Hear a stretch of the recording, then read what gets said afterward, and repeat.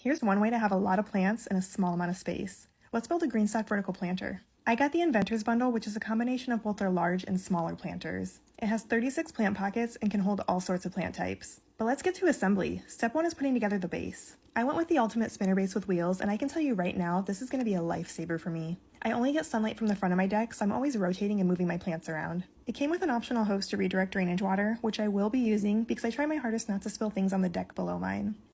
Now that the base is put together, it's time to fill the planters. You can also add your plants or seeds during this step, but I decided to wait until the end and left a little room to add more soil as I transfer my plants in. Now that the planters are filled, we can move on to step 3, which is stacking them on top of each other. I poured a little water between each tier because it was really windy this day and the soil kept blowing in my eyes, so that helped a little bit. These gray discs go in between each tier, and that's going to be for the watering system. As you stack the planters, you'll want to make sure each foot is interlocked like this. I failed to do that for this section, but I catch it later on. And right here you can kind of see dirt blowing into the camera. The water reservoir goes at the very top, and as you fill it up, the water flows through the center hole. Then it drips from the gray discs and the planter once that fills up.